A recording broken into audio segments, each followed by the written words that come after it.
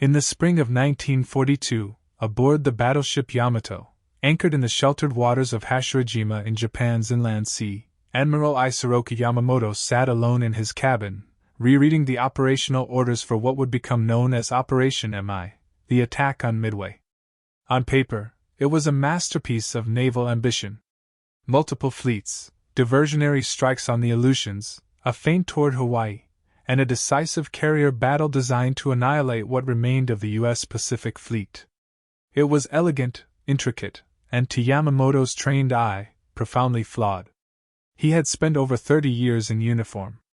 He had commanded destroyers, studied at Harvard, served as naval attaché in Washington, and traveled across the American heartland. He had seen the oil fields of Texas, the steel mills of Pittsburgh, the shipyards of San Francisco, and the endless assembly lines of Detroit. He understood something most of his peers did not, that America was not a nation of soft merchants and divided politics, but an industrial titan capable of mobilizing with terrifying speed once roused. He had warned his superiors before Pearl Harbor. "I shall run wild for the first 6 months or a year, but I have utterly no confidence for the second or third year." They had dismissed him as overly cautious, even defeatist. Now, 6 months after Pearl Harbor, the window he had described was slamming shut, and this operation, this grand gamble, might be the act that sealed Japan's fate. Yamamoto knew the plan rested on 5 critical assumptions, each more fragile than the last. First, that Japanese naval codes, specifically JN-25, were secure. Second, that American carriers were still in Pearl Harbor and would be caught off guard. Third, that the Aleutian diversion would draw U.S. forces north. Fourth, that Midway's defenses could be neutralized quickly.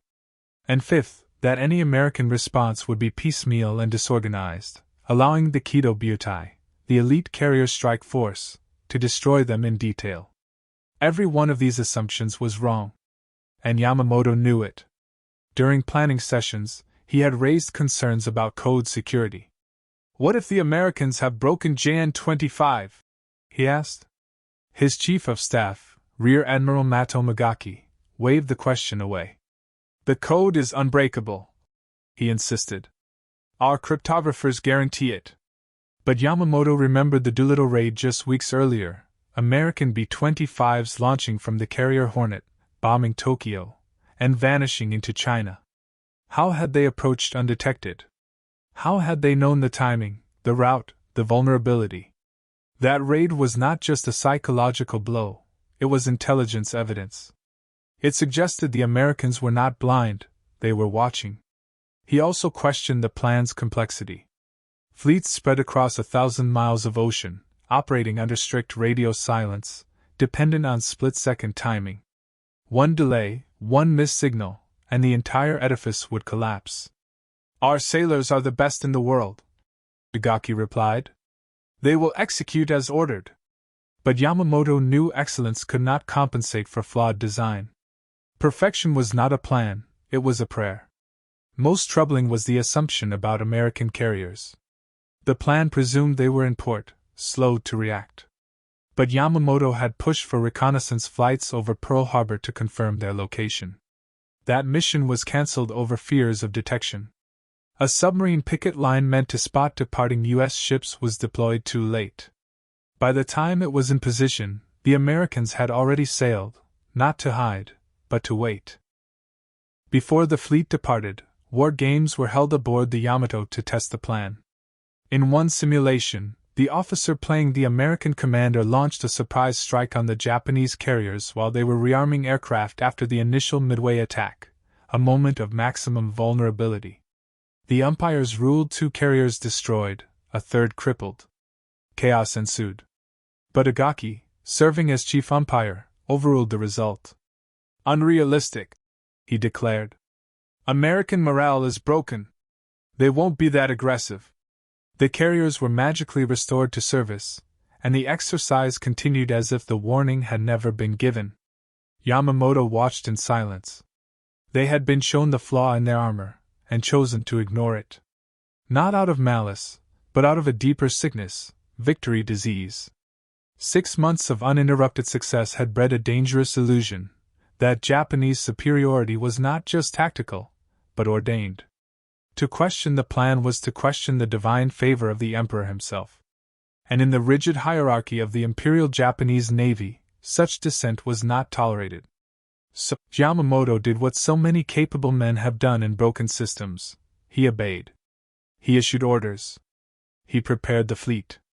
And he prayed his fears were wrong. On June 4, 1942, Yamamoto stood on the bridge of the Yamato, 300 miles behind the carrier force. Around him lay the might of the combined fleet, battleships, cruisers, destroyers, the most powerful surface armada Japan had ever assembled. But it was useless. This would not be a gunnery duel. It would be a carrier battle, fought in the sky, decided by aircraft, and Yamamoto was too far away to influence it. The dispersion of forces, a key flaw in the plan, had left him a spectator to his own defeat. Initial reports were encouraging. The strike on Midway had launched. The base was burning. American counterattacks had been repelled. Everything seemed to be proceeding as designed. Then came the message that froze Yamamoto's blood. Enemy surface force of 10 ships sighted. Not in Pearl Harbor. Not days away. Here. Now. Waiting. Minutes later. Enemy force includes what appears to be a carrier. The Americans had known. They had broken JN-25. They had read Japan's mail. They had turned the trap inside out. Yamamoto ordered full speed ahead, but he knew it was futile. Even at flank speed, the Yamato would not reach the battle zone until nightfall. Admiral Nagumo, commanding the carriers, was alone. What followed was not just a battle, it was an execution. At 10:22 a.m., American dive bombers from Enterprise and Yorktown appeared out of the sun. In 5 minutes of perfect timing and devastating precision, they struck Akagi, Kaga, and Soryu. Fuel lines ignited. Bombs cooked off in hangar decks. Firestorms consumed the ships from within. By noon, 3 of Japan's 4 frontline carriers were burning wrecks. The 4th, Hiryu, launched a desperate counter-strike that crippled Yorktown, but by evening, she too was sunk. Over 3,000 Japanese sailors and airmen perished. Among them were Japan's most experienced naval aviators, men who had led the attacks on Pearl Harbor, the Dutch East Indies, and the Indian Ocean. These were not replaceable losses. Japan's pilot training pipeline was already strained. Fuel shortages had slashed flight hours. New recruits arrived with barely 100 hours of training, compared to the Americans' 300 or more. The core of Japan's naval air power, the human element behind the machines, was gone. That night Yamamoto sat in his cabin, staring at the dispatches. He cancelled the invasion. Ordered withdrawal. It was the hardest decision of his career, an admission not just of tactical failure, but of strategic collapse. The plan had failed exactly as he had feared. And he had lacked the power, or perhaps the courage, to stop it. In the days that followed, he faced another dilemma: how to report the truth. His staff urged him to downplay the losses. Say 2 carriers were lost, not 4. Emphasize damage to Yorktown. Frame it as a draw. But Yamamoto knew deception would only compound the error. The Navy needed to learn. Japan needed to wake up. So he compromised. The official report acknowledged all 4 carriers lost, but obscured the catastrophic loss of pilots and aircrew. It spoke of tactical adjustments, not strategic disaster. Back in Tokyo, the High Command buried the truth. Survivors were quarantined. Families were told nothing. Propaganda declared Midway a victory. The lost carriers remained on the Navy roster for months, their fates listed as unknown. This culture of denial ensured Japan would never confront the real reasons for its defeat: overconfidence, rigid doctrine, intelligence failure, and the refusal to listen to those who saw clearly. In private, Yamamoto was blunt. "We lost because we underestimated the Americans and overestimated ourselves," he told trusted officers. "We assumed our codes were secure. They weren't. We assumed the Americans were weak. They weren't. We assumed we could dictate the terms of battle. We couldn't. When a young officer asked, "Can we still win this war?" Yamamoto paused, then answered quietly, "No. Not as things stand. The short war is over. Now begins the long war, and in that war, mathematics is our enemy." He was right.